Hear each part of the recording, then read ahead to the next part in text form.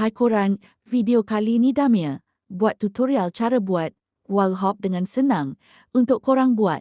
Jangan lupa like dan subscribe. Sebelum mulakan, okey jom start tutorial. Okey ikut tutorial Damia ya. Okey apa korang buat adalah untuk naik wall hop tu ya.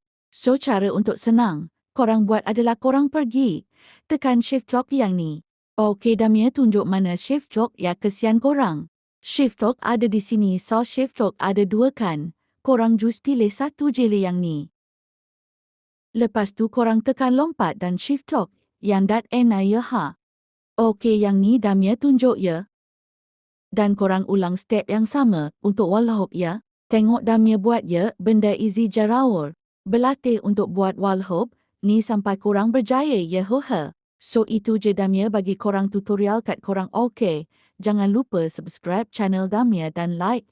Dan Damia nak bagi tahu korang live Damia di YouTube It's Coming Muye. So harap kawan-kawan Damia masuk live Damia nanti dan korang boleh borak dengan Damia.